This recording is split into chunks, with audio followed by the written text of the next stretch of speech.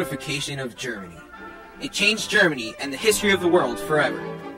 And what caused Germany to come together like this? People such as Otto von Bismarck. And events such as the 7 Weeks' War and the Franco-Prussian War. But it wasn't as easy as simply bringing together several states to form a solid country. Nope, it took much time and effort, planning and plotting, work and fighting. And who was the mastermind behind the German unification? Why, Otto von Bismarck, of course. He was said to be the architect of the German unification. Greetings! I am Otto von Bismarck. Many people also call me the Iron Chancellor. This is because I go by a policy of blood and iron. This means that I use wars and military force to get what I want. I initiated many wars, such as the 7 Weeks' War and the Franco-Prussian War, and this helped unify Germany. Aha, yes! His actions certainly did bring together many of the German states into one unified nation. But it wasn't easy, because it took many years of war, convincing, and strengthening of relations to do it. The 7 Weeks' War and the Franco-Prussian War, which were initiated by him, were extremely important to Germany's future. His actions of seizing opportunities and finding the right time to strike were sometimes considered ingenious. Not only did he know how to strategically manipulate countries into helping him with his own needs, but he could also solve many problems that faced Prussia or Germany.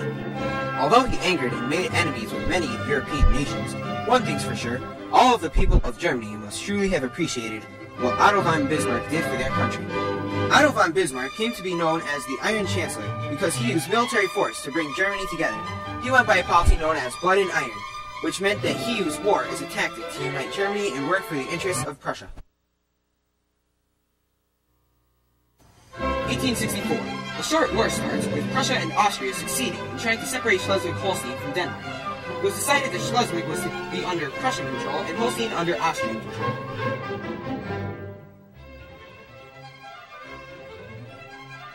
June 14th, 1866, 7 Weeks' War starts.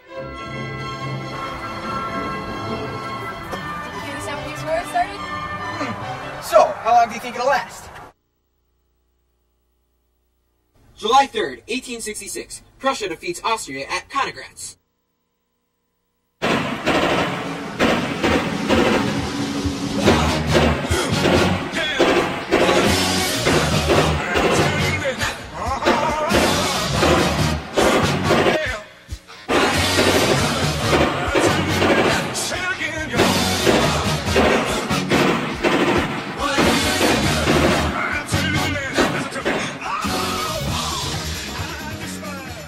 August 23rd, 1866, Treaty of Prague is signed, ending the 7 Weeks' War. Prussia is victorious and Austria is annexed.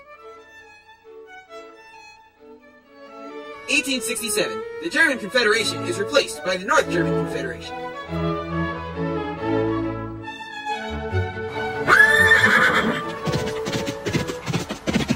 Now that the German Confederation has dissolved, would you like to join my new North German Confederation? Yes. Would you like to join us? Yes, I would. Would you? Yes, yes.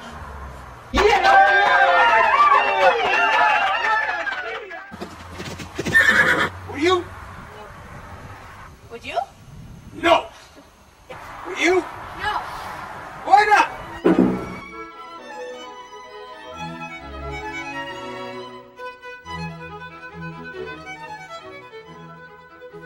1870. Bismarck encouraged Prince Leopold, a Prussian relative of Wilhelm I, to compete for the throne of Spain. This is an attempt to try and stir friction between France and Germany, and eventually cause a war. I provoked war with France, hoping that this threat would make the southern states join my northern states. July 14th, 1870. EMS telegraph to the French concerning Prince Leopold's acceptance of the Spanish crown is published. Bismarck edits it in such a manner to create great anger in France. Hey, Prince Leopold? Hey, you know, I was thinking, you should go for that Throne of Spain thing I was hearing about. Yeah, I think that would be pretty cool. Yeah? Alright, see you later.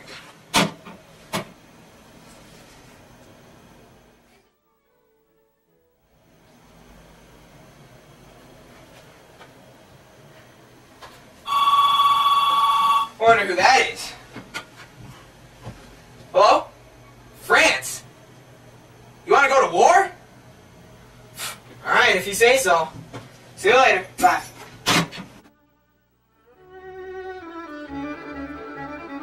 July 19th, 1870. France declares war on Prussia. Start of the Franco-Prussian War.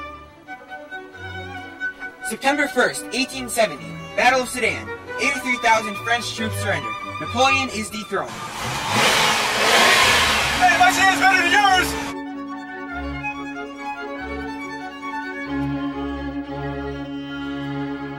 January 18th, 1871. William I, the Prussian king, is crowned Emperor of Germany at Versailles. Bismarck is appointed as Chancellor. January 28th, 1871. Paris is captured.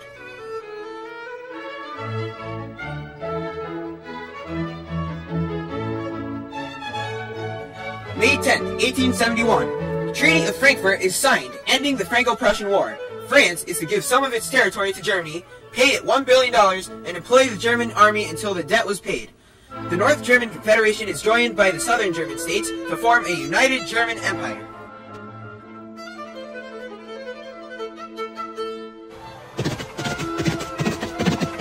Now that we have defeated the French together, would you like to join my North German Confederation? Yes. Would you? Yes, I think you can count me in. Would you? Yes! Would you? Yes!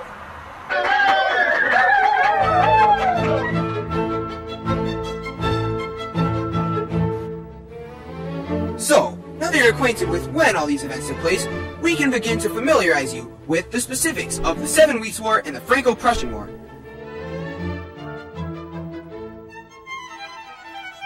The 7 Weeks' War, also referred to as the Austro-Prussian War, occurred from June to August in 1866.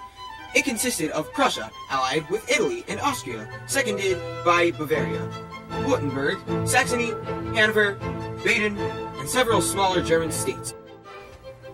Otto von Bismarck deliberately provoked the war as an attempt to force Austria from the German Confederation, eventually leading to a united Germany under Prussian rule. His plan was entirely successful, and the German Confederation was replaced by the North German Confederation. I am a German soldier from the 7 Weeks' War and the Franco-Prussian War. It all began one evening when Denmark fought against Austria and Prussia to gain the duchies Schleswig and Holstein. Prussia and Austria gained them, and then they eventually went into war against each other. Even though the Prussian army was outnumbered, they still defeated Austria, and after only 7 weeks, the war ended and a treaty was signed. As a result of the 7 Weeks' War, Austria was annexed from Prussia, and the German Confederation was replaced by the Northern German Confederation under Prussian rule. Soon after, the Franco-Prussian War began. The Franco-Prussian War lasted from July 19, 1870 to May 10, 1871. Obviously, this war was between Prussia and France. Otto von Bismarck encouraged Prince Leopold to accept the Spanish crown, hoping to cause even more friction between France and eventually causing a war. He edited the EMS dispatch to France, telling them of the news in a manner that infuriated them. As hoped, France declared war on Prussia, and after many battles, Prussia was victorious. France had to give Germany some of its territory, had to pay $1 billion to Germany, and also employ its soldiers.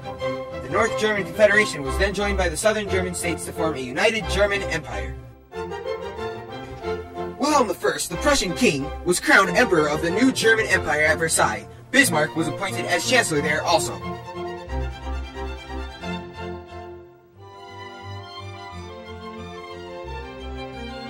So now Germany was united, but it wasn't just wars that brought Germany together. Nationalism was also vital to the unification. It was difficult because Germany had never been totally united before in the past, so each German state had developed its own identity. This mental separation prevented their physical unification. Many wars were used to build upon a growing German Confederation and draw more states in. Feelings of nationalism began to take shape now that Germany was coming together. Soon enough, Germany was united, although several states, which thought themselves German, were not included in the German Empire, such as Austria. The German Empire was able to sustain itself and strengthen itself with the needed help of nationalism, and it couldn't have made it without it.